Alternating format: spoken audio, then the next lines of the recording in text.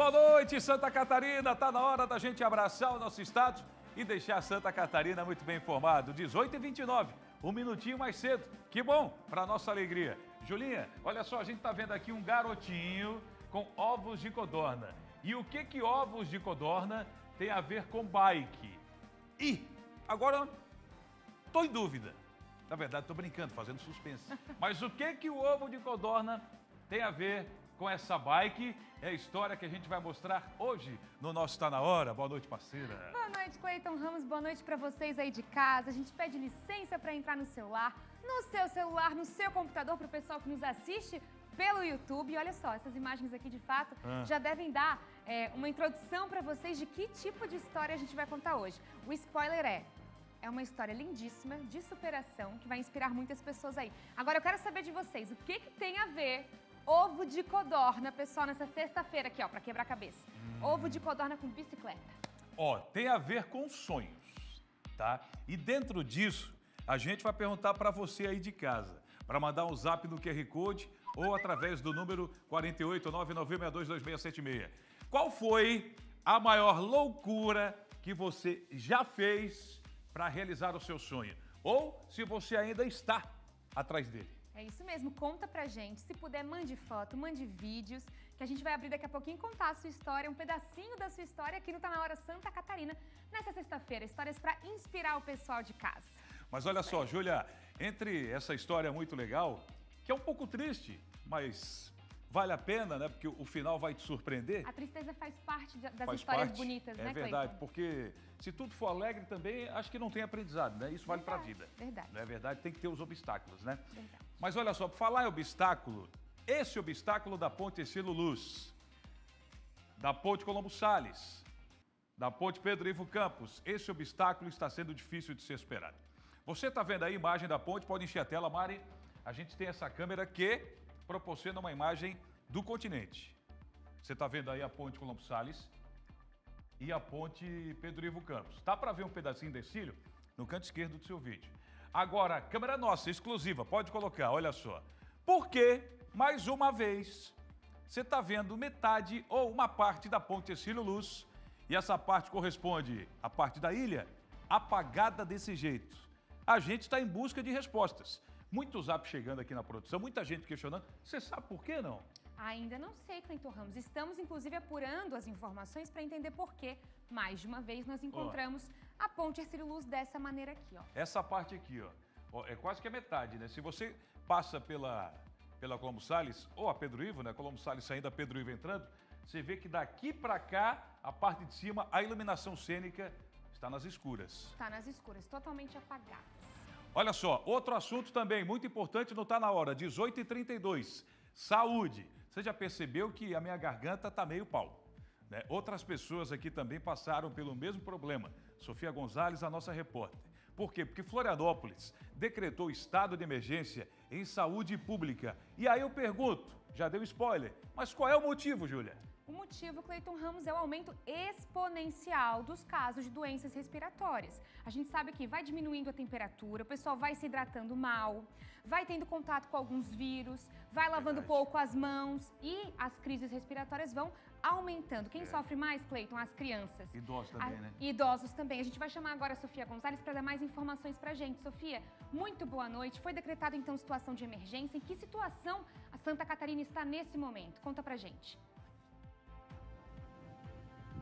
Oi, Júlia. Então, a gente fez uma matéria recentemente falando também sobre essas questões, esses vírus respiratórios. Eles começam ali a partir de fevereiro e a partir de abril agora que eles chegam realmente com força e por isso também a gente tem a campanha de vacinação justo nesse momento. Agora a gente está aqui em frente à UPA do continente, aqui na capital, na região continental. Tem um movimento bastante grande de pessoas aqui. Algumas foram embora nesse momento, mas assim, aqui a gente está só do lado de fora. A gente não tem autorização para entrar, mas já dá para perceber a quantidade de pessoas que tem aqui. Nós conversamos com algumas delas assim que a gente chegou aqui. Tinha uma mulher com um bebezinho bem pequeno, já estava aqui há mais de 1 hora, mas também tem uma outra moça que estava procurando atendimento para ela, todos com queixas de sintomas de resfriado, gripe, né, dor de garganta, dor de cabeça, coriza, um pouco de febre. E essa moça está esperando aqui desde as 2 horas da tarde por atendimento. Ela está esperando para ela mesma, mas teve que vir até aqui com o filho pequeno. Então, enfim, a gente percebe também que ao redor não tem infraestrutura, né, de comércio, de alguma coisa assim, para que as pessoas possam estar aqui, muitas delas do lado de fora, justamente para também evitar estar em locais fechados com tantos vírus circulando nesse momento, né? Mas a realidade é essa, a gente sabe que não é só aqui na UPA Continente, a gente está nesse momento aqui, mas temos também a UPA Sul, temos também a UPA Norte na capital e, inclusive, recebemos na tarde de hoje também na nossa redação ligações relativas ao Hospital Infantil João de Guzmão, também pessoas esperando por mais de 3 horas por lá por atendimento. E é por isso, então, que Florianópolis decretou situação de emergência em saúde por esse aumento expressivo aí nos números de atendimentos por questões respiratórias. E a gente tem alguns dados aqui também, por exemplo, só de janeiro até abril deste ano foram 400 casos de síndrome respiratória aguda grave em Florianópolis. E esse, então, é o principal motivo desse decreto, a superlotação nas unidades de saúde e esse aumento nos atendimentos. Segundo a Secretaria de Saúde, os atendimentos pediátricos, por exemplo, subiram mais de 84% e os clínicos adultos aumentaram mais de 42% nesse período. Também tem uma grande transferência de UPAs para hospitais, cresceu cerca de 260% só entre março e abril, no último mês agora. A Sheila Araújo, que é assessora de serviços hospitalares de urgência de Florianópolis, falou, inclusive, desses números. É importante ressaltar que esse aumento realmente foi exponencial na área da pediatria, mas também ocorreu um aumento de mais de 45% dos casos de síndrome respiratória aguda grave entre os adultos, né? E o mais importante, que eu entendo que deve ser ressaltado, é não só o aumento, mas a complexidade desses casos. E a preocupação agora é ainda maior. A gente sabe que o frio nem chegou com força ainda e com ele vem também o agravamento desse cenário de doenças respiratórias justamente pelos locais fechados. A rede de saúde está intensificando o monitoramento e o reforço das equipes de atendimento. Essa medida, então, de situação de emergência anunciada na quinta-feira tem validade de 180 dias e ela serve para permitir a adoção de ações emergenciais para conter esse avanço dos casos. É o que explica novamente a assessora de serviços hospitalares de urgência de Florianópolis, a Sheila Araújo. O decreto, ele nos permite tomar ações de forma mais imediata, né?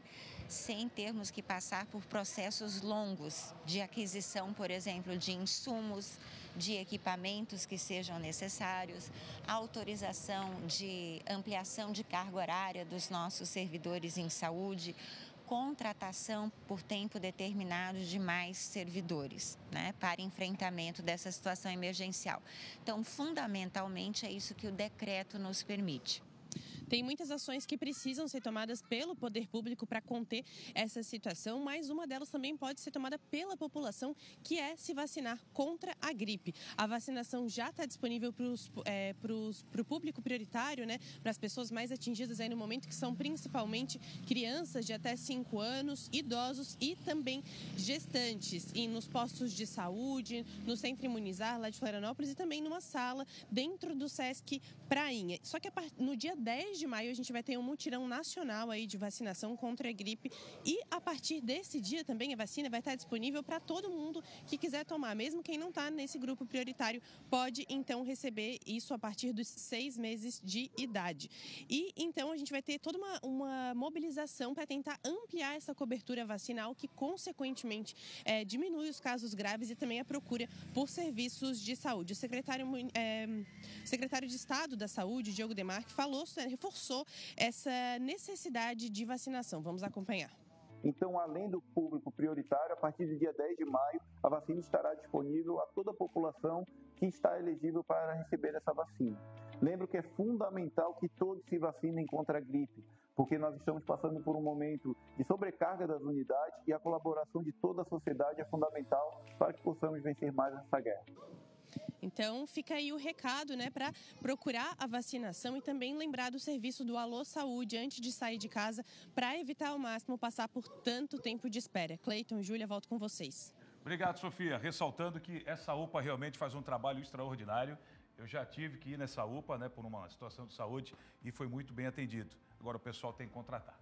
Tem que contratar. Contrata mais gente, pô. Se tem uma situação de emergência, chama mais um pessoal aí. Coloca mais gente de plantão, né, para não ficar esse tempo de espera. E tem muita gente lá que não vai com problema respiratório e acaba pegando justamente por ter essa aglomeração de pessoas. E fica o alerta para o pessoal, né? Prevenção para ajudar as pessoas, né? Fale com o pessoal de casa, do trabalho, para que essa situação não piore, né, Cleiton?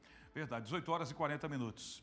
Bom, todo esse problema, né, que a gente está discutindo, problemas respiratórios, vem com a mudança do clima. O Roberto também acompanhou de perto tudo que a Sofia trouxe e vai trazer detalhes e também a sua opinião. Roberto, boa noite. Boa noite, Cleiton Ramos. Boa noite a você que nos assiste. Você colocou bem. É a melhor UPA de Florianópolis, sem dúvida nenhuma. Mas isso não é um elogio, é pelo trabalho que se faz. Agora, a única medida adequada em todo esse processo foi o decreto de situação de emergência. Porque todo ano se sabe que quando muda a temperatura, as populações de crianças e idosos sofrem com problemas. E nós temos outro fantasma aí, a bronquiolite, que é algo fantasma, não porque não exista, mas ela está pairando por todos nós aqui que moramos numa região, na região sul do país, onde de manhã faz 10 graus e à noite, né, e à tarde faz 30, né? Cleiton, é uma loucura, não há organismo que aguente. Então, as pessoas têm que se conscientizar, mas o poder público também tem que agir. Sabe que, inevitavelmente, e aqui eu não estou falando só na contratação de mais gente, tem que se preparar sempre para uma situação dessa. E eu fico impressionado que, às vezes, não, é que a gente tomou atitude agora porque aumentaram os casos. Mas desde quando? Em que ano que não aumentaram os casos de problemas respiratórios a partir do mês de maio? Em que ano? Eu quero me dividir com que ano. Porque eu tenho 61 anos de idade e não me lembro de um ano que não teve pessoas com problemas respiratórios nesta época. Então, tem que se preparar, e aquele conselho que a própria Júlia Matos reforçou, vamos nos vacinar, né, pessoal? Quem você você é idoso e tem criança em casa, pode se vacinar contra a gripe. Não tem contraindicação e diminui o potencial de espalhar para outras pessoas, Cleiton. Muita gente que não tomou a vacina deve estar se perguntando, vacilei, pisei na bola. Se eu tomasse a vacininha, né, a picadinha, eu acho que não ia pegar gripe. Não. Não é verdade, Roberto? Mas é perigoso. É perigoso porque normalmente o processo gripal é transmitido por vírus. Exato. Vírus passa de uma pessoa para outra. Daqui a pouco você volta, Roberto? Daqui a pouco eu volto. Atualizando o mundo da política no nosso Tá Na Hora. Por falar em hora, agora 18h42. Agora, no Tá Na Hora, a gente vai falar de um problema que vem tirando o sono de muita gente. Guerra de facção. Lembra do show do Paul McCartney?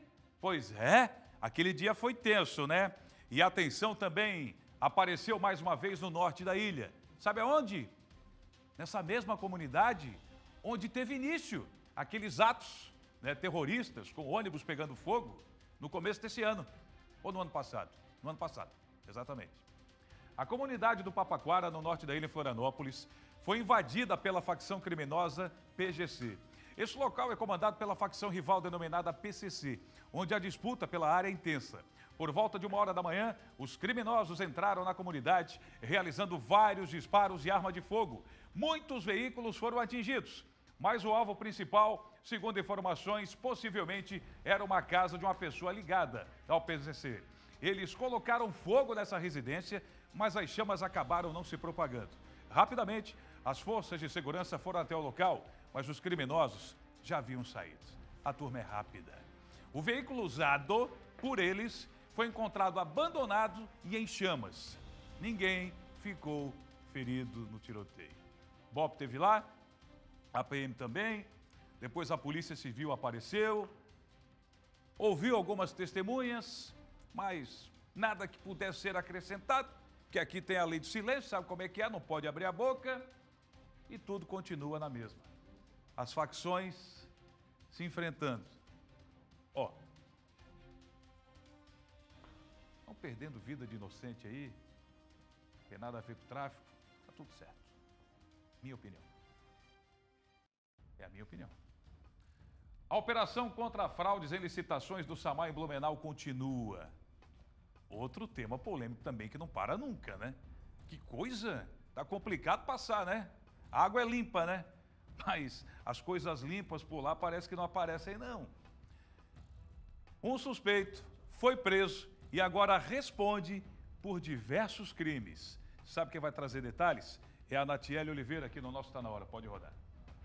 Isso mesmo, um empresário foi preso suspeito de fraudar licitações do SAMAI, que é o Serviço Autônomo Municipal de Água e Esgoto de Blumenau. A Polícia Militar cumpriu um mandado de prisão preventiva e o homem foi encontrado no bairro Velha Central nesta quinta-feira, feriado do Dia do Trabalhador. De acordo com a PM, o empresário é um dos envolvidos na operação que investiga fraudes em licitações e desvios de recursos públicos do SAMAI. Além da fraude, o pedido de prisão está ligado também ao uso de documento falso, falsidade ideológica e associação criminosa. Os serviços prestados eram de roçadas e limpeza nos terrenos que eram de responsabilidade da autarquia. Em nota, o SAMAI de Blumenau diz que está à disposição da Justiça para prestar os esclarecimentos que forem necessários. A prisão do empresário em questão é relacionada a fatos investigados em uma operação realizada no ano de 2023, cuja ação penal ainda está tramitando junto ao Poder Judiciário. O empresário foi conduzido ao Presídio Regional de Blumenau. Conforme a polícia, essa prisão faz parte de uma investigação ainda maior, que já resultou em outras detenções e em um sequestro de bens de aproximadamente 1,9 milhão de reais, envolvendo empresas que superfaturaram serviços contratados pela autarquia. E a gente vai seguir acompanhando esse caso. Volto com vocês aí no estúdio. Não tenho dúvida disso, Nath, acompanhando e trazendo de perto aqui na nossa programação. Agora, 18h46, acompanhe o Giro de Notícias. Foi encontrado 3 dias depois o homem que se afogou no Rio Tubarão, em Tubarão, no sul de Santa Catarina. Infelizmente, o homem foi encontrado sem vida na tarde da última quinta-feira. A ocorrência foi gerada no dia 28 de abril, quando populares viram o homem acenando por socorro nas proximidades do pilar central da ponte Prefeito Paulo Osnimai.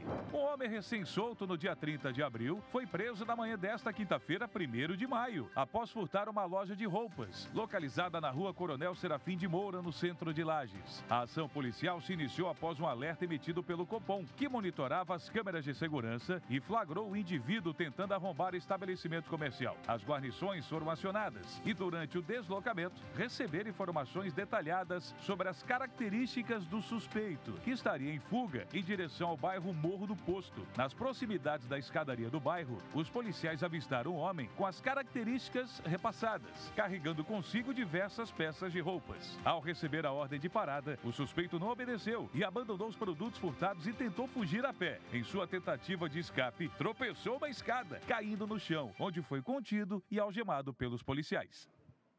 Agora, nesta sexta-feira, nossa equipe de Lages conversou com exclusividade, junto à Rádio Clube e ao portal SCC10, com a advogada de uma das vítimas, ex-namorada do vice-prefeito de Lages, Jair Júnior.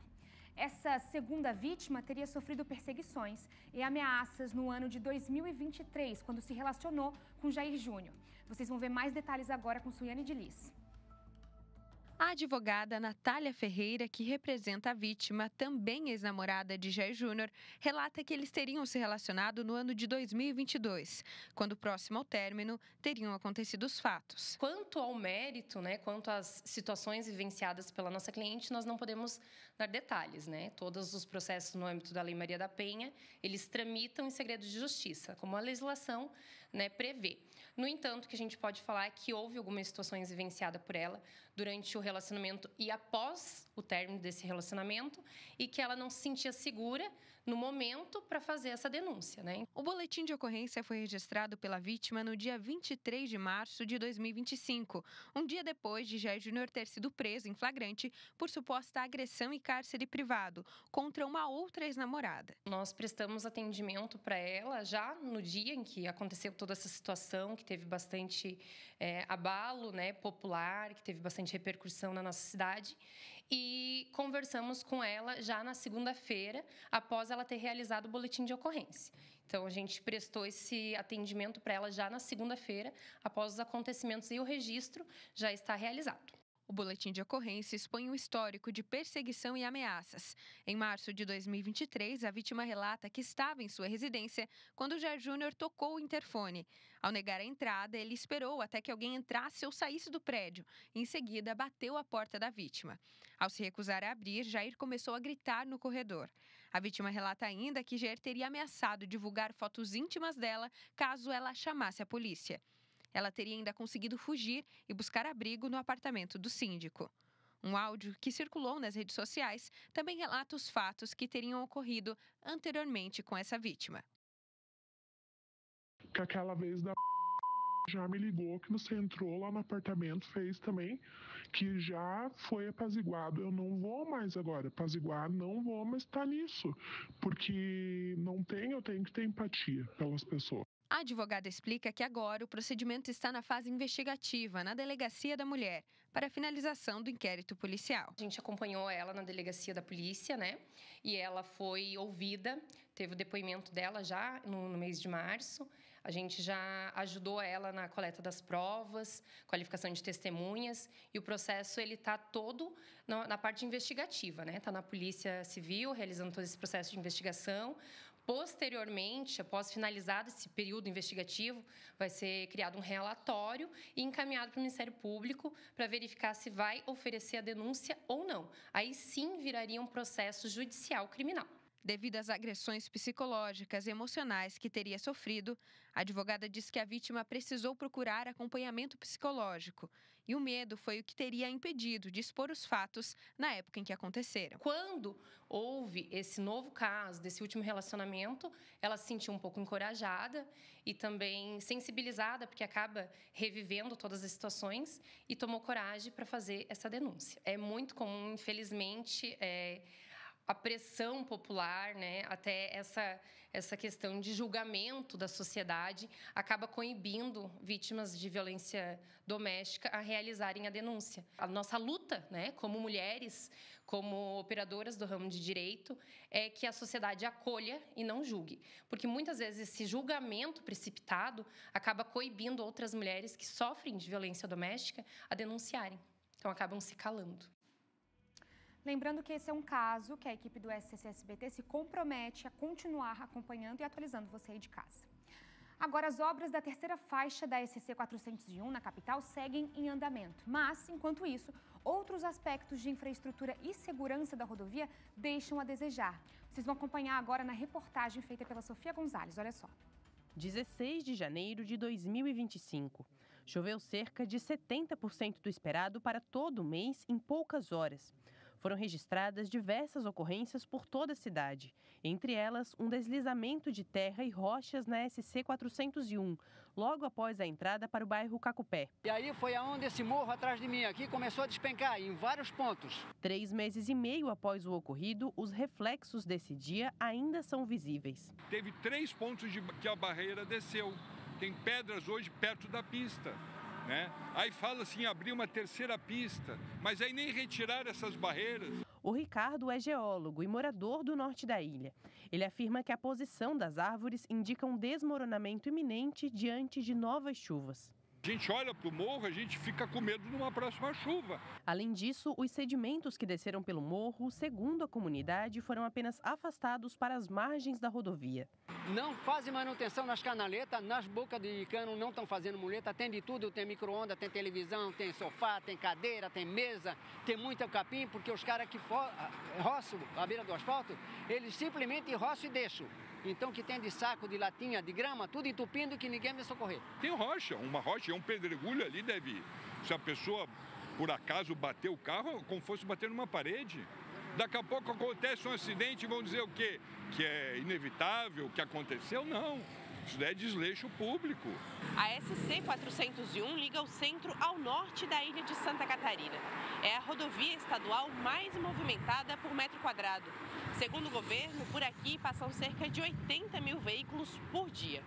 A Defesa Civil já esteve lá no mês de abril, levantou outros dados, inclusive com drones na parte superior daquele morro, e verificou a possibilidade de novos deslizamentos, se não for feita uma atuação imediata. Já tivemos chuvas nesse período e um novo deslizamento poderia ser um desastre ainda maior do que já provocou, inclusive bloqueando a rodovia lá no mês de janeiro.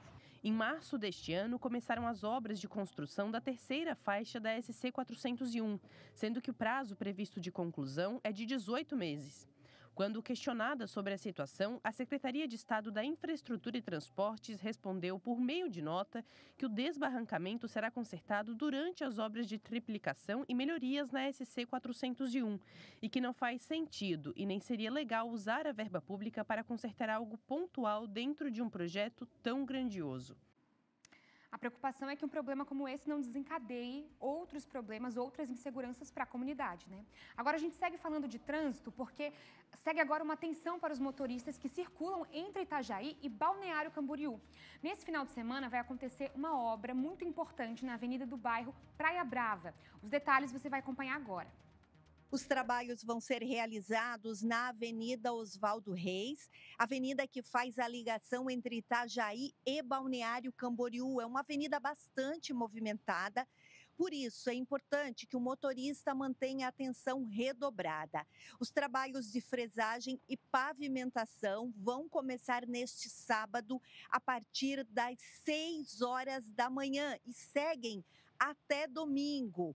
Vão acontecer entre a Avenida Carlos Drummond de Andrade e Luci Canziani, no bairro Praia Brava. Primeiramente, sentido Balneário Camboriú e, posteriormente, assim que concluído, no sentido contrário. Os trabalhos acontecem, como eu falei, neste sábado e domingo, a partir das 6 horas da manhã, e a pista vai estar parcialmente bloqueada. Todos os motoristas devem manter a atenção redobrada. Volto com você ao estúdio. Pessoal, fica o alerta para os motoristas, viu? Agora você vai ver a seguir a incrível história de um menino de apenas 10 anos que vendeu ovos de codorna para realizar o sonho de comprar uma bicicleta. Isso mesmo. Só que essa história tem um final surpreendente. A gente te conta depois do intervalo. Fica aí.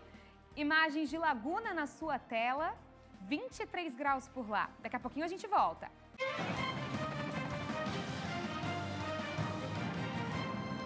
Tá na hora de agradecer a sua audiência nesse clima de sextou. Abraçando Santa Catarina. Você tá onde? Acompanhando a gente, hein? Olha, no YouTube tá bombando. Mais de 2.000 pessoas. E não para de subir.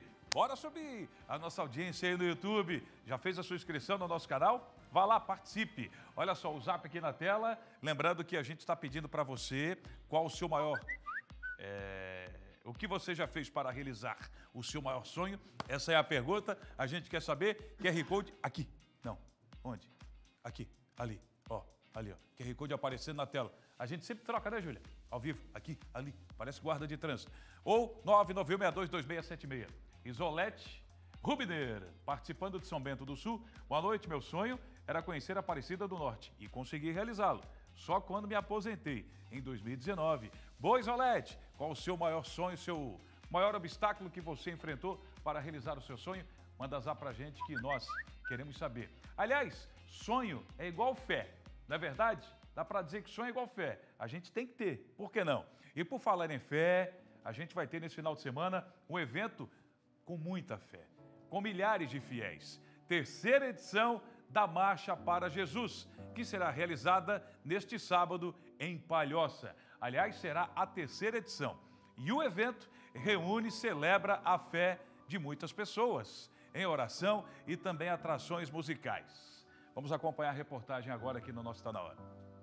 Boa tarde, Cleiton. Boa tarde, Júlia. A expectativa está alta para a Marcha para Jesus, que vai acontecer em Palhoça, né, na Nova Palhoça, nesse sábado, a partir da 1h da tarde. Os preparativos estão a milhão e claro que a gente veio acompanhar e trazer mais alguns detalhes, até alguns spoilers para vocês. Primeiro a gente vai falar com o pastor Medeiros, que vai contar pra gente. Boa tarde, pastor. Me conta sobre a expectativa, né, de quantas pessoas serão recebidas aqui. Boa tarde a todos que estão nos ouvindo. vindo. Realmente será um grande evento que vai marcar a cidade de Palhoça neste final de semana. Você não pode perder, né? A nossa expectativa está lá em cima, lá bem no alto, porque já é a 3ª edição. E Deus tem honrado com 5 mil, 27 mil e agora estamos esperando de 40, 50 mil pessoas. Então vai ser um evento que vai marcar. Olha só, nós com toda a equipe do Conselho de Pastores estamos aqui, ó, estamos preparados para esse grande evento, estamos trabalhando muito, correndo atrás e Deus está no controle. Deus é acima de tudo, então por isso nós estamos aqui para levar o nome de Jesus para todo o estado de Santa Catarina. É isso aí. Muito obrigada, pastor. E agora a gente vai conversar com o pastor Luciano, que ele também sabe bastante sobre as atrações. Eu sei que tem uma atração que é muito esperada para esse sábado. Conta pra gente, mas enquanto isso a gente vai caminhando para lá para mostrar uma coisinha para vocês. As atrações será Thales Roberto, que é uma atração nacional. Teremos a Palavra Viva, que é uma igreja aqui local. Temos a Cruz Vazia e muito mais. Então você deve vir para cá para conhecer o que é a Marcha para Jesus. Porque a Marcha para Jesus, ela traz a família, ela traz a comunidade para a rua. Então você é nosso convidado. Tem muita coisa para acontecer, tem alimentação, o espaço aqui é muito grande. Então você não fique preocupado com o estacionamento, porque vai ter um estacionamento muito amplo, segurança e principalmente, vem para a rua servir Jesus e servir as pessoas. Perfeito, pastor. Muito obrigada. E a gente finaliza, então, aqui mostrando para vocês, olha só, a brigada quadrangular da Marcha para Jesus. Eu vou até posicionar o microfone para vocês ouvirem. Agradeço a Deus e aos instrutores. Sou da brigada quadrangular. Sou da brigada quadrangular. Avante, avante, sem parar. Fica aí então para vocês o convite para participar da Marcha para Jesus nesse sábado a partir da 1h da tarde na Nova Palhoça. Volto com vocês aí pro estúdio. Giovana Pacheco Erionto Júnior, direto de Palhoça e a Brigada Quadrangular, hein? Coisa linda, de muita fé. Ó, e a Júlia Matos, minha parceirona, e o Fernando Machado, da SCC Meio-Dia, amanhã à tarde estarão na Marcha para Jesus, no palco principal. Isso mesmo, então não perca aí o SCC SBT muito bem representado nesse evento de muita fé. E para você, independente da sua religião, que vai estar na Marcha para Jesus, tenho certeza que você vai ser tocado e vai sair de lá mais deslumbrado ainda, porque quando a gente fala de Jesus, só sai coisa boa do nosso coração. Olha, quem passou pela Ponte Silo Luz e tem passado, tem se deparado com uma cena curiosa. Assim, ó, pode encher a tela aí, Mário. Metade da ponte apagada praticamente, né? Você está vendo o lado da ilha. É, o lado do continente tem, da ilha não. Estamos falando da iluminação cênica. E a gente tem a nossa câmera também, né, irmã? Que a gente pode mostrar agora ao vivo, quando tiver essa possibilidade. Olha aí, imagem ao vivo, 19h04. Tá apagada a pontinha da ponte. Então, nós estamos recebendo muitas imagens e muita gente perguntando, mas afinal, o que será que aconteceu para a ponte estar desse jeito aí? Que pena, né? Inclusive hoje, ô Sofia Gonzalez, pode colocar a Sofia para a gente aí? Eu estava conversando com o presidente do Detran, o general Ricardo Miranda, que já fez o ponto e contraponto com o Roberto Azevedo, daqui a pouco tem uma palavra dele, para falar a respeito do Maio Amarelo, mês de prevenção a acidentes de trânsito. E ele, viu, Sofia, pediu para a Secretaria de Infraestrutura do Estado colocar na Ponte Silo Luz a cor amarela, em alusão ao Maio Amarelo. E ele recebeu como resposta o seguinte, não vai dar. Pelo menos por enquanto, porque está tendo problema na ponte. E o problema é esse. Agora, Sofia, você tem a resposta? Será que conseguimos uma resposta? Fique ligado que já já eu vou falar sobre o que pode ter provocado esse apagão. Vem daí, Sofia. A situação continua a mesma de quem passou por aqui na noite de ontem. A gente está aqui num ângulo que permite uma boa visualização da Ponte Hercílio Luz e dá para ver que a metade insular dela está sem a iluminação cênica. A iluminação de serviço, essas luzinhas brancas, estão presentes por toda a ponte, mas a parte insolar dela, toda a metade ali, está realmente sem essa iluminação cênica. Ela foi reinaugurada há pouquíssimo tempo, né? Em dezembro do ano passado. Foi uma obra longa aí, nosso cartão postal ficou um bom tempo sem ter iluminação cênica, foram pelo menos 10 anos, e aí ao longo dos últimos meses, aí ela veio sendo instalada toda essa iluminação, a ponte foi fechada no período noturno. Para dezembro, então, a gente ter essa inauguração desse projeto grandioso que demorou para ser concluído, são mais de 7.000 projetores. E olha, antes mesmo dela ser reinaugurada, toda essa iluminação cênica, nós noticiamos aqui muitos casos de furtos de fios, não só na ponte Hercílio Luz, mas também nas duas outras que ligam a ilha ao continente, na Pedro Ivo e na Colombo Salles também. Eu me lembro, inclusive, há uns 2 anos, mais ou menos, a gente chegou a noticiar um caso de uma pessoa que acabou morrendo eletrocutada depois de furtar os fios, de uma das pontes aqui da ilha. Um caso bastante triste. E a gente, diante disso, né, diante dessa situação que a gente percebe a ponte assim, apagada, o primeiro questionamento que a gente levanta realmente é se foi um caso de furto de fios mais uma vez. Nós, inclusive, questionamos a Secretaria de Manutenção e Infraestrutura aqui do estado, mas eles disseram que ainda estão apurando o caso e que a gente deve ter uma resposta, então, na segunda-feira. Mas é impossível a gente não se questionar se é mais um caso como esse, depois mesmo de tantas notícias de melhorias na infraestrutura, aqui na segurança das pontes, justamente para que isso não aconteça mais. Foram tomadas medidas do estado nesse sentido, mas temos novamente aqui essa situação que nos persegue já há tanto tempo e a gente agora aguarda, então, uma resposta, mesmo que seja na segunda-feira, né, Cleiton? Obrigado, Sofia. Excelente informação para a gente aí. Ó, a Sofia lá, juntamente com, quem é o Cinegra? É o Fernando? Fernando Oliveira, dando aquele passeio e mostrando lá a situação, ó, como bem relatou a Sofia Gonzalez. Bom, fizemos a nossa parte, Roberto, entramos em contato. Estava conversando com o Ricardo Pastrana hoje à tarde, da Guarda Municipal. Olha a nossa câmera aqui no morro. Ele que é vereador e continua atuando na Guarda Municipal, pediu uma resposta também e não conseguiu. Aí, a secretaria passou que até segunda-feira deve dar uma definição, ou pelo menos começar a esmiuçar o que de fato aconteceu. Na semana retrasada, tivemos furtos na ponte Colombo Salles e Pedro Ivo Campos. Tivemos recentemente a rua Felipe Schmidt às escuras, que até agora não veio uma definição ainda. Imagina se vem a confirmação de furto de fio na Colombo Salles, na Pedro Ivo Campos, se confirmando o furto de fio, que eu tenho informação que foi na Felipe Schmidt, e acredite, Roberto, a informação que eu tenho extraoficial, 99, não posso cravar, mas a pessoa que me falou, que é muito ligada, disse o seguinte: ô Cleiton, 99% de ser o quê? Furto de fio mais uma vez. Aí, Roberto, se é confirmado agora isso, o pessoal vai falar, pô, ninguém faz nada? De novo, Roberto. Aqui, ó. Vamos estabelecer o seguinte: iluminação pública não é para bonito. Isso aqui não é só um efeito, é também um fator de segurança.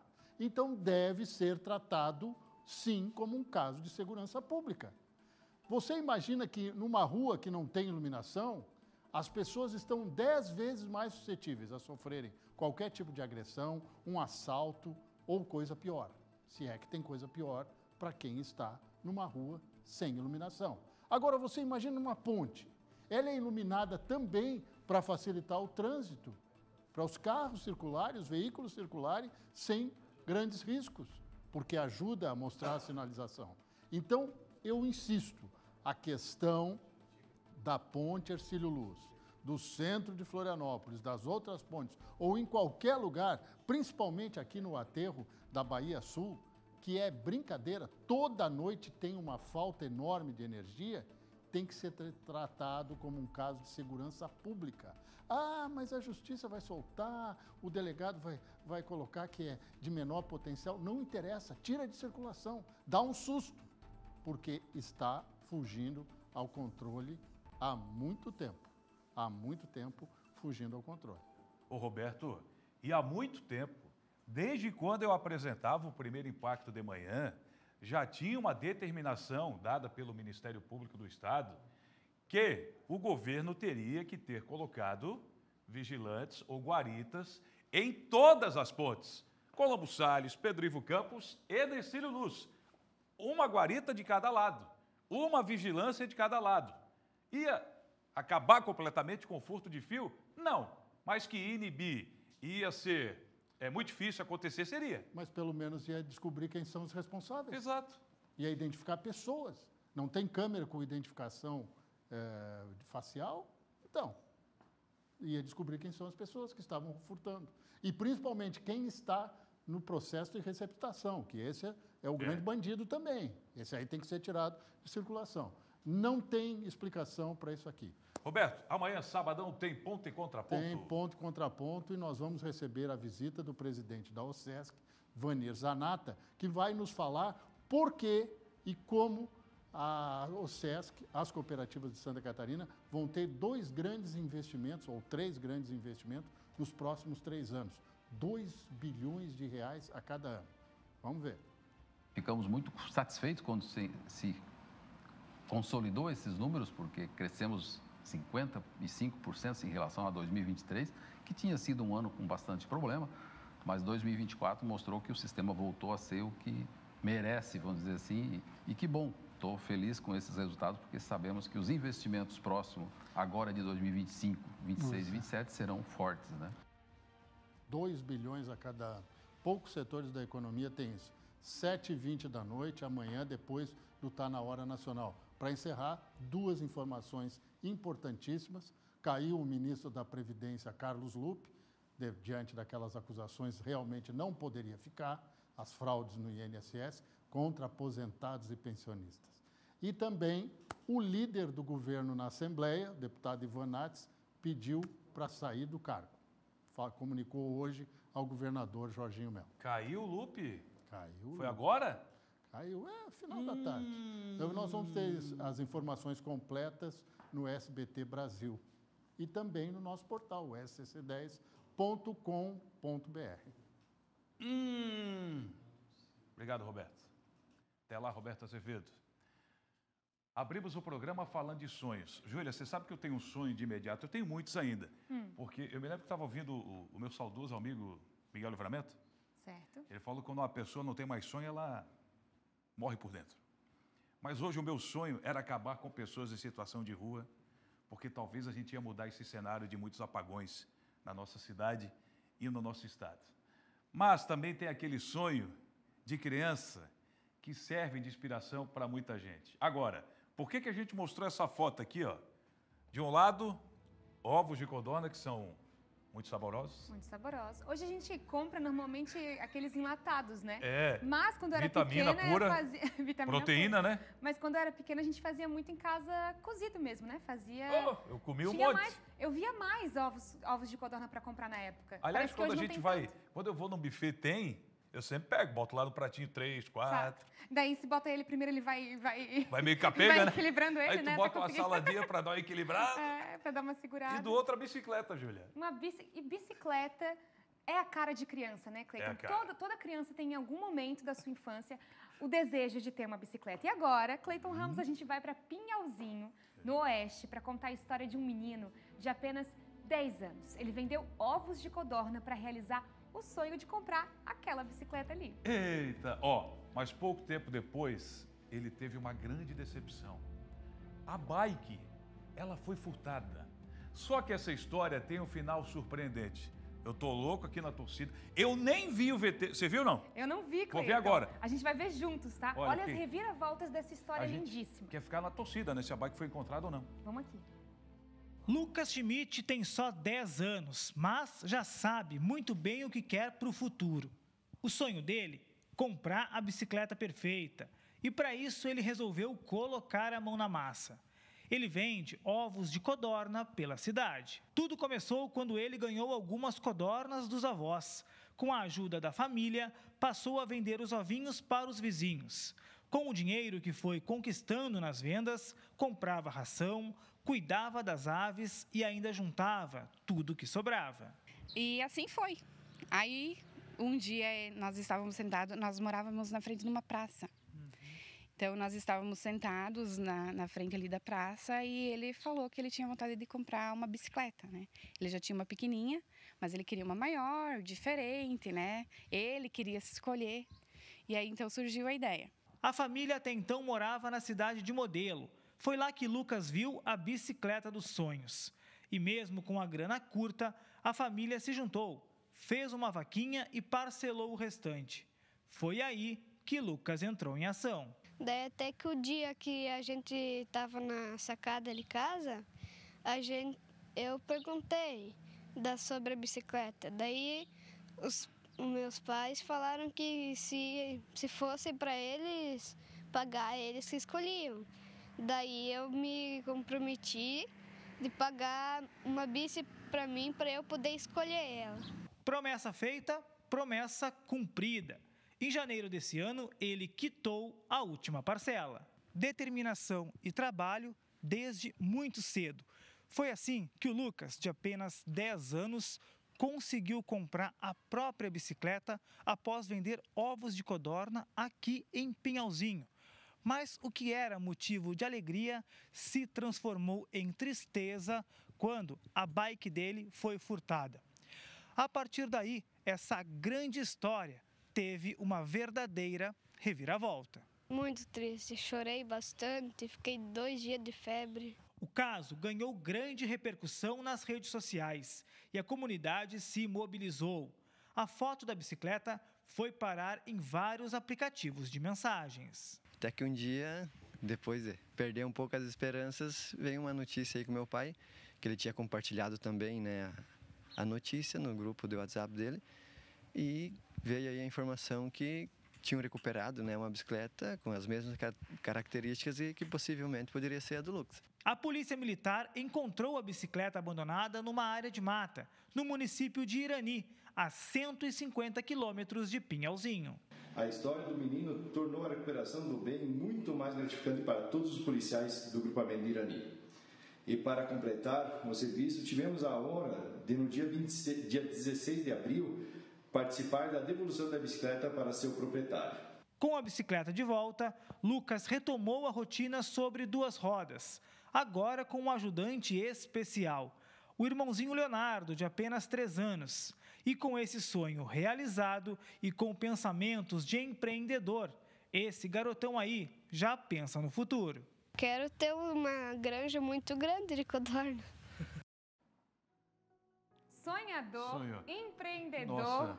E o melhor, coração puro de uma família raiz tradicional, assim, que a gente vê que é a pureza do interior estampada. Eu não tenho dúvida que esse menino vai ser um case de sucesso e que será um grande empreendedor. E agora, o irmãozinho se inspirando no Lucas. No Lucas. Né? E saiu ali empinando a sua bike. Se você tem uma história como essa, procure o SBT da sua região, o SCC, que a gente vai ter o maior prazer em contar.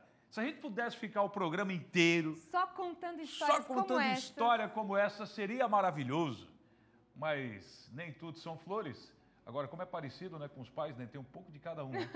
Olhos lindos aí. Dá Boa, vontade Lucas. de levar ele para casa, coisa mais querida, né? Verdade. Ele para casa e alguns ovos de codorna também. Também, Cleiton, também. Agora vem comigo, a gente vai lá para o Vale do Itajaí. Depois de 2 anos de restrição, o cemitério municipal de Gaspar volta a permitir a colocação de flores nos túmulos. É isso mesmo. Mais detalhes dessa decisão com a repórter Natiele Oliveira. Isso mesmo, a prefeitura voltou a permitir a colocação de flores em cima das sepulturas no cemitério municipal de Gaspar. De acordo com a administração, a decisão foi tomada considerando que o cenário de dengue no município está controlado. Neste ano, apenas 11 casos da doença foram confirmados até o momento. Desde 2023, a colocação de flores estava proibida, uma decisão que gerou polêmica à época, pois a comunidade defendia a manutenção desta tradição. O objetivo objetivo, segundo a antiga gestão, era evitar a proliferação do mosquito Aedes aegypti, transmissor da dengue. Com essa nova decisão, após 2 anos, as famílias podem colocar flores nas sepulturas, desde que sigam orientações de prevenção, principalmente relacionadas aos recipientes com água, o que é proibido. A equipe de manutenção irá realizar fiscalizações quinzenais e retirar aqueles itens que não estiverem de acordo. Volto com vocês aí no estúdio. Olha, pessoal, nem sempre é assim, mas essa informação eu fiquei sabendo com vocês agora de casa, viu? E que curioso que uma doença como essa possa mexer nos hábitos, né, na cultura de uma região, no costume de uma população. Que curioso. Agora, pessoal, domingo é dia de lazer, de estar na praça ao ar livre, de curtir com a família e amigos. Nesse domingo, em Itajaí, o dia vai ser ainda mais especial. Acontece pela primeira vez o projeto Viva Itajaí. A Cris Pinheiro conta pra gente. A Praça Genésio Miranda Lins, que fica na Beira Rio, já é um point aí muito conhecido e também preferido das famílias aqui da cidade. Neste domingo, ela vai estar ainda mais especial, porque vai acontecer pela primeira vez o projeto Viva Itajaí, que propõe aí uma rua de lazer com compartilhamento de todos. Além de curtir a praça, as pessoas vão poder usar um trecho da Avenida Ministro Vitor Conder para, por exemplo, circular de bicicletas, skate, patinetes e aproveitar a via de forma mais segura. Para acontecer a Rua do Lazer, a Coordenadoria de Trânsito vai interditar a Avenida Beira Rio no trecho do semáforo da Rua Jorge Táchel, passando pela Rua 11 de Julho até a Rua Júlio Coutinho. O evento vai acontecer entre as 2 e 6 horas da tarde. Vai contar também com apresentações do projeto PROERD da Polícia Militar, ações educativas sobre o trânsito, aulas abertas de crossfit e também contação de histórias para as crianças. Ação gratuita para toda a família, para reunir os amigos, neste domingo, dia 4 de maio, entre 2 e 6 horas da tarde, na Praça da Beira Rio, aqui em Itajaí. Volto com você ao estúdio. Aê, agora você de casa já planejou o seu final de semana? Eu estarei amanhã na Marcha para Jesus, domingo pretendo descansar. Agora, será que na marcha, será que no domingo a gente vai ter sol? Vai ser um dia bom para curtir esse final de semana? Eu conto para vocês agora na previsão do tempo.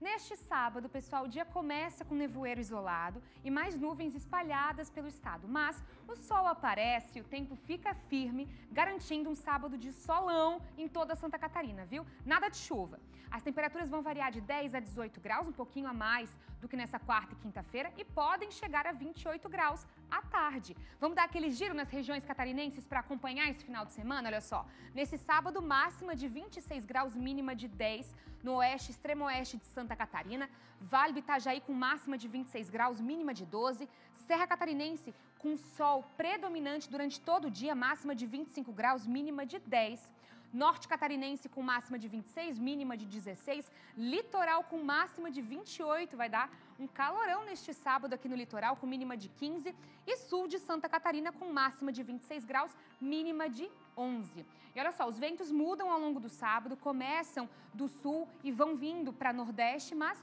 pouca influência em todo o estado de Santa Catarina. Agora, as suas cidades, as mais pedidas, estão aqui com a gente. No Tá Na Hora Santa Catarina, São José nesse sábado com máxima de 24 graus, mínima de 16, Xanxerê com máxima de 25, mínima de 13, Blumenau no Vale com máxima de 26, mínima de 16 graus, São Joaquim com máxima de 20, mínima de 8 neste sábado e Jaraguá do Sul com máxima de 24 graus e mínima de 16. Agora, tem mais, viu? O tempo firme continua no domingo e vai até terça-feira. O sol entre nuvens tem as temperaturas aí mais agradáveis e sem previsão de chuva, viu, pessoal? O destaque vai para as tardes mais quentes com máximas entre 23 e 30 graus. Vamos dar aquele giro novamente? Domingo, Governador Celso Ramos com máxima de 23 graus, Chapecó com máxima de 27, mínima de 12, Lages na Serra Catarinense com máxima de 21, mínima de 9 graus, Temos aqui Joinville, no norte do estado, com máxima de 23 e Timbó, com máxima de 26 graus neste domingo. Agora, pessoal, vamos para o intervalo, mas continua aí ligadinho no Canal Hora Santa Catarina, que tem muito mais informação para vocês. Praia de Palmas na sua telinha, Governador Celso Ramos, 22 graus por lá. Fica aí que eu já tô voltando.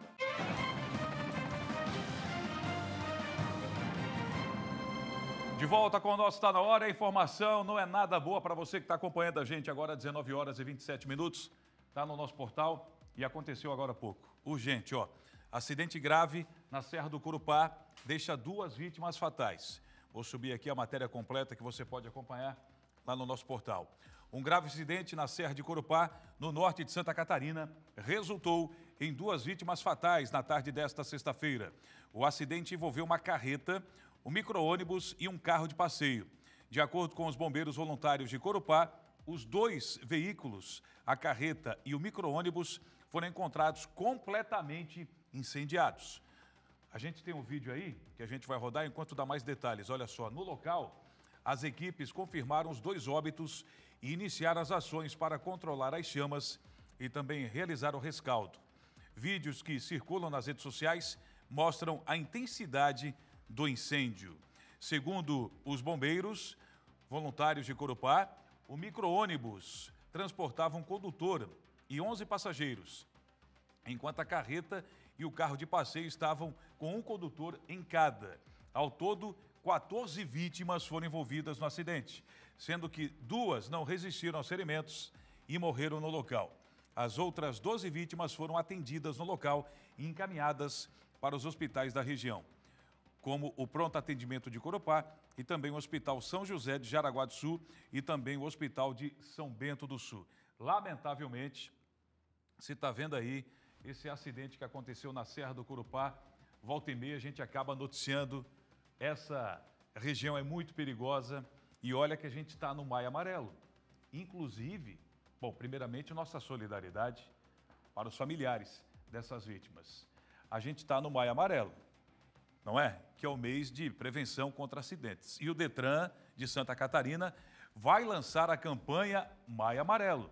A abertura oficial acontece na próxima semana, segunda-feira.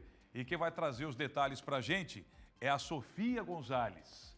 Muito importante, a gente está vendo aí algumas regiões extremamente perigosas. A gente sabe que melhorias precisam ser feitas, né, Sofia?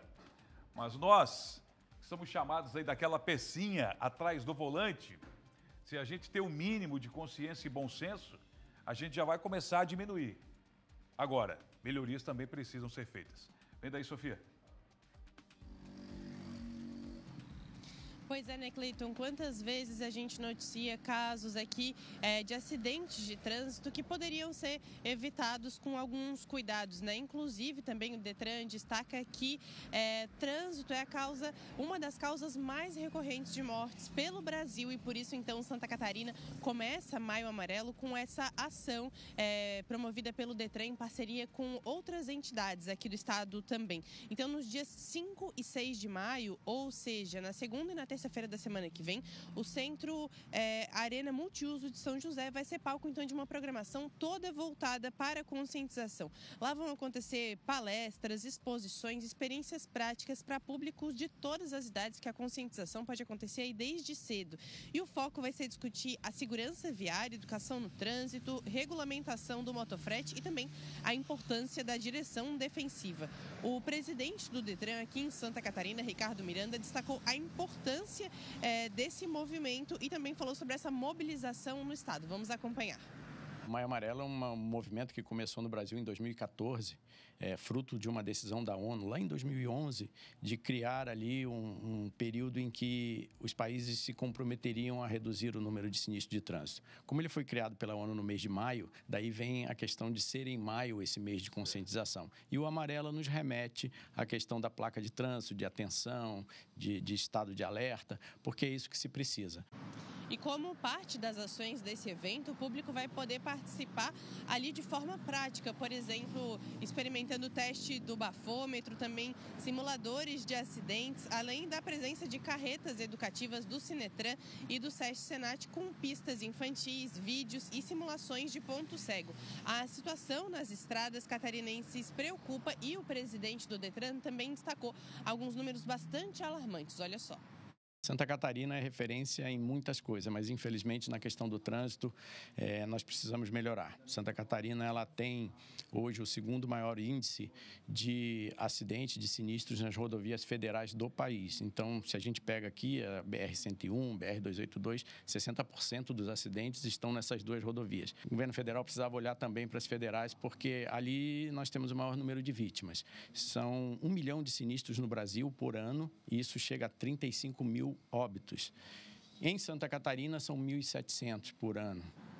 A abertura oficial do evento vai ser às 14h do dia 5, só que a programação já vai estar acontecendo desde as 9 horas da manhã. Isso vale para os 2 dias, para o dia 5 e para o dia 6. A entrada é gratuita, todas essas oficinas são gratuitas, mas as inscrições já estão acontecendo, estão disponíveis no site do Detran, que está aparecendo aí na tela nesse momento. Então, uma boa forma de começar aí esse mês de conscientização, Maio Amarelo, né, Cleiton?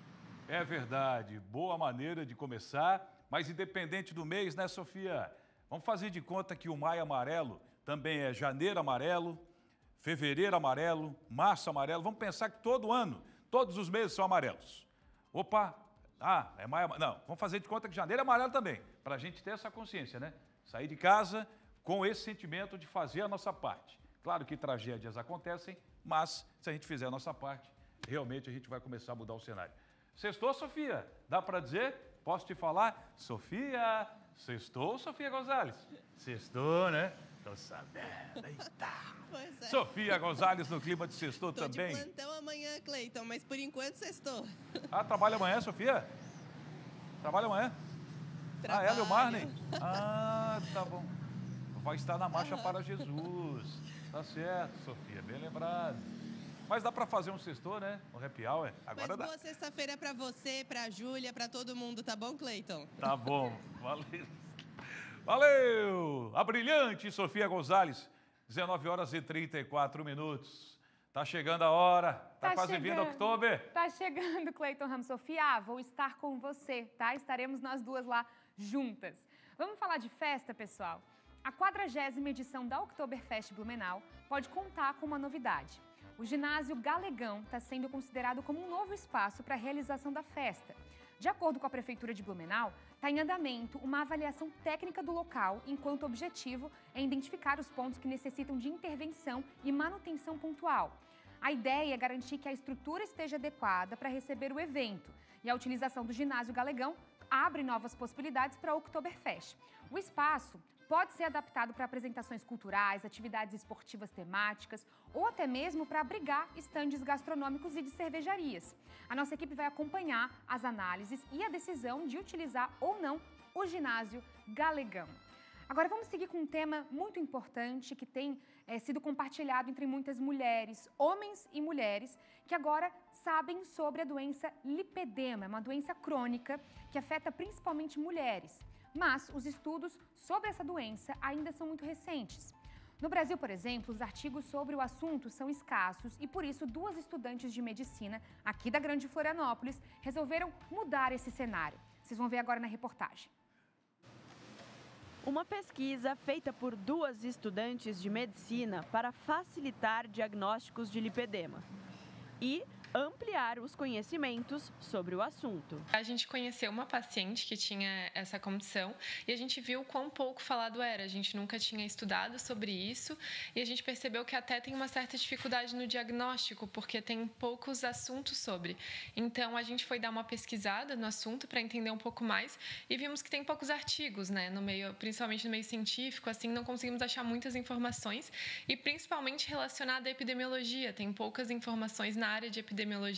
Então, a gente teve essa ideia de buscar entender um pouco mais e, com isso, produzir uma pesquisa para disseminar esse conhecimento, né? A doença tem ganhado repercussão nos últimos tempos, mas ainda existe muita dúvida sobre qual é a definição.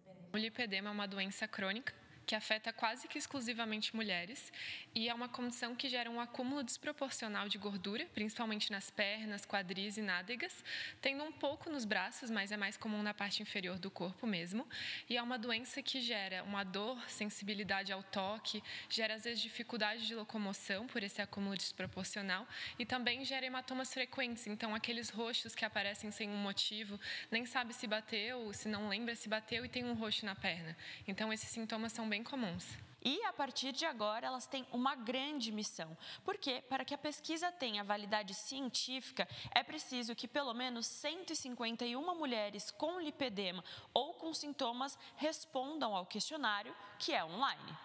Ele é totalmente anônimo e ele é destinado para mulheres brasileiras de até 18 anos. As primeiras perguntas são primeiro para conhecer um pouco melhor essa mulher. Então, os dados socioeconômicos, a idade, o estado de origem. E depois a gente tem umas questões sobre o lipedema em si. Se dói as pernas, se não dói, se fica manchas roxas e outros sintomas associados para a gente entender essa doença nas mulheres brasileiras. Com as respostas, a missão é maior ainda. Reunir e entender todos os dados com o apoio da professora e orientadora da dupla. Depois da pesquisa, a gente faz toda uma organização desses dados, né, estatisticamente, inclusive, e o objetivo é a gente enviar para uma revista com uma boa qualidade, para que a gente tenha o processo de publicação, né? Publicando esses dados, a gente vai permitir que outras pessoas aqui no Brasil também observem esses dados e, quem sabe, ampliem essa pesquisa para que a gente tenha cada vez maior número de dados sobre lipedema também aqui no Brasil. Pessoal, para acessar a pesquisa, você pode acessar o QR Code que está aparecendo aqui, ó, do seu ladinho na tela. Basta ser diagnosticada com lipedema ou ter os sintomas da doença. Informação também é prevenção, viu? Cleiton Ramos. E muito, Júlia Matos. 19h38. Olha, a gente está hoje mostrando algumas histórias felizes. Que bom, hein? Para nossa alegria, sexta-feira, pegar mais leve. Pois então, você vai conhecer agora a história do pequeno Enzo, de apenas 2 aninhos, gente. 2 aninhos. E essa história comoveu muita gente. Sabe por quê? Porque o Enzo, a exemplo da menina Bianca, ele havia sido retirado da creche pelo pai, em fevereiro. E desde então, a mãe, que tem a guarda da criança determinada pela justiça, não o via mais. A gente mostrou esse caso também, o apelo emocionado da mãe, pedindo a devolução do filho. Mas não foi fácil não, gente. Foram 64 dias de espera, angústia e também muita incerteza. Mas agora, a gente tem uma boa notícia. A Carla, mãe da criança, contou pra gente que o Enzo voltou para casa. A entrega foi feita na tarde do dia 30, no Fórum de Balneário Camboriú, antes do feriado. Quem entregou o menino foi a irmã do ex-marido da Carla, na presença dos advogados dos dois. Agora, mãe e filho estão juntos novamente, em casa. E a Carla está aliviada por ter o filho nos braços. Acho que não tem felicidade maior do que essa. Não tem. Ela reforçou que, apesar de ter a guarda unilateral do menino, o pai tinha autorização judicial para ver a criança em finais de semana alternados. No entanto, por enquanto, esse direito está suspenso.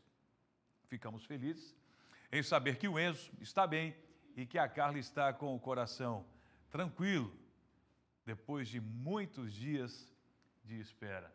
Olha, eu duvido, mas eu duvido que nesses 64 dias ela conseguiu dormir uma noite completa. Não dormiu. Que mãe é mãe. O amor de pai é fundamental. Agora, amor de mãe, isso é muito maior. A demolição de um casarão vai mudar o trânsito e exigir a atenção dos motoristas neste final de semana em Blumenau. A repórter Natiele Oliveira está chegando agora e vai deixar você atualizado. É informação e utilidade pública. Isso mesmo, a Prefeitura de Blumenau irá demolir esse prédio que fica na esquina das ruas Benjamin Constante, Norberto Seara Oise e José Deik, no bairro Escola Agrícola. Para que isso aconteça, o trânsito ficará em sistema de sigue-pare neste fim de semana. Este espaço, onde fica o prédio, fará parte do cruzamento entre as ruas, dando lugar a uma nova rotatória, que começará a ser construída neste ano. Conforme a Secretaria de Manutenção e Conservação Urbana, tanto no sábado quanto no domingo, os trabalhos de demolição do prédio terão início às 7 horas da manhã, sem previsão de término. Por isso, é recomendado que os motoristas tenham atenção redobrada. A rua Benjamin Constante terá o trânsito controlado pelo sistema de sigue-pare e uma das faixas da rua José Deik será totalmente interditada. O terreno onde fica o prédio foi desapropriado pela Prefeitura para dar lugar a uma nova rotatória, que visa melhorar a fluidez do trânsito na região, que é bem movimentado. O projeto desta nova rotatória está em fase final, com um investimento previsto de cerca de 1,5 milhão de reais. A orientação é que os motoristas busquem rotas alternativas e evitem passar por aqui neste fim de semana. Fica aí o recado para todos os condutores. Volto com vocês aí no estúdio.